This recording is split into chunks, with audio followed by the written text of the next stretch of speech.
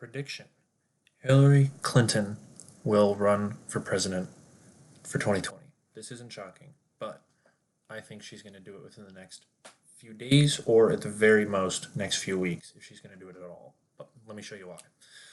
So she's been promoting this whole impeachment Eve thing, which I've talked about in another video. It's kind of goofy. But anyway, I think if you look at her Twitter, and I've got some other things pulled up as well, she's clearly, still active, still engaging. Not a lot of likes or anything like that so much. In terms, like Donald Trump far surpasses her in terms of his engagement. So it's not very. I don't know how much she'll be able to garner and support. There are some polls actually show her leading in front of Joe Biden even. We'll get to those, but she's starting to she has a Hulu documentary coming out. She's been tweeting a lot about impeachment and how promoting the impeachment Eve protests, and she's talking about why President Trump needs to be impeached. It's the perfect time for her to announce, because what'll happen? The House will pass impeachment vote. The Democrats will probably be at their most riled up point in Trump's presidency so far, minus when he was just elected. And I really think that all of the groundwork is kind of already in place for her to run.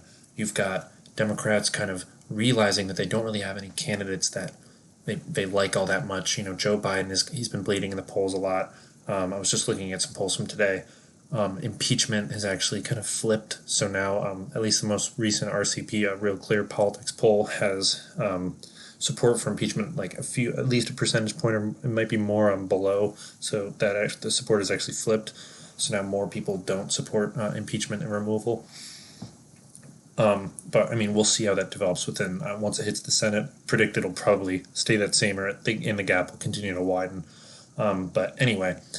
So, I mean, what I was saying, at this point, Democrats are the most riled up they've ever been. Elizabeth Warren's been crashing and burning. She hit her peak already in the polls. You can look it up. She jumps like that, a few months ago, and has been just kind of bleeding. Pete Buttigieg is rising, and I think if we give it enough time and Hillary doesn't come in to disrupt all of that, he honestly could start taking out either Warren or Sanders, just given enough time. Time will tell, though. Who knows? And like I said, Biden isn't really going anywhere. But again, all of these other Democratic candidates have not really made that established firm base, except, they're already diehard supporters. They haven't really gained a lot of new, consistent, stable support. Hillary Clinton, though, and I'll pull up this right here, Democrats pick Hillary Clinton as 2020 frontrunner at new party poll by the New York Post. And it's basically a poll of registered Democrats, and it shows that Hillary Clinton is their top choice. Now, she's someone who has wanted to be the president for quite a long time. She ran against Obama. She ran against Trump. Why wouldn't she run again? I don't put it past her. Clintons love their power. I mean, she wanted it in 2016. I'm sure she wants it just as much, or if not more. And impeachment is really the perfect way to get her, to catapult her to the front, because all of a sudden Donald Trump is impeached. A few days later, but 2 weeks later or something like that, everyone is at a fever pitch. Everyone's freaking out. The perfect way to do this. She announces she runs. And so I found her website. I don't know when this was last updated, so I'm not sure. But it looks like a campaign website to me. She's even got an Onward Together sticker, which I haven't actually clicked this, so who knows. Let's see what this goes to. Well, it looks, this is a campaign. This is it's a PAC, I guess, or, it's a PAC. So she's promoting a PAC, or this website might be designed by a PAC, or it might be even her own PAC. Again, sorry, I didn't even notice that before. That was a clickable link. But she's got this website that is very reminiscent of a campaign website. I mean, this is pretty self-explanatory. She's got a policy page. So, I mean, again, it's all there for her to run. Everything kind of seems to be just slowly filling in. You've got impeachment, which opens the door for, kind of a firehorse candidate to just come out and just disrupt everything Hillary likes to do that. She likes being the center of attention. This isn't me trying to degrade her in any way. I am trying to look at this from a non-biased perspective, but it is true. I think everyone realizes that, even if you're a supporter of hers, she's not exactly the most humble of people. But yeah, I mean, all of the everything is kind of lining up for her to do this. So again, if she's going to announce she's going to run, this would be the time to do it. If I were her campaign staff and if I were her, I would be seeing this as the perfect time to do it. And so, my prediction is we will hear officially that she does decide to run within the next, I give it at least 2 weeks. I think it would be smart.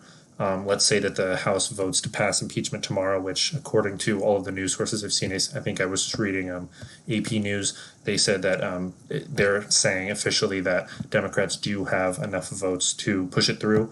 So if that turns out to be the case, which it probably is, I would say at least, or at most within 2 weeks, she announces she runs. Because if she waits any later, impeachment fervor will kind of die down unless, it hits another height when it goes to the Senate. I just don't think so because Nancy Pelosi is the one running the show. Democrats like Nancy Pelosi. Democrats control the House. They get to set the narrative. Something I've been talking about on Twitter a little bit is the idea of narrative setting. Just to go on a quick side, I guess, because, again, I think it's pretty clear, so not too much to cover in terms of Hillary.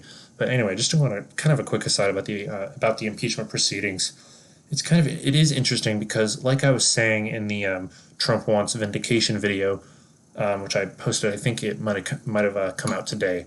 I was talking about how McConnell doesn't want the Senate trial to go very long. He wants to just kind of brush it under the rug, get it through quick.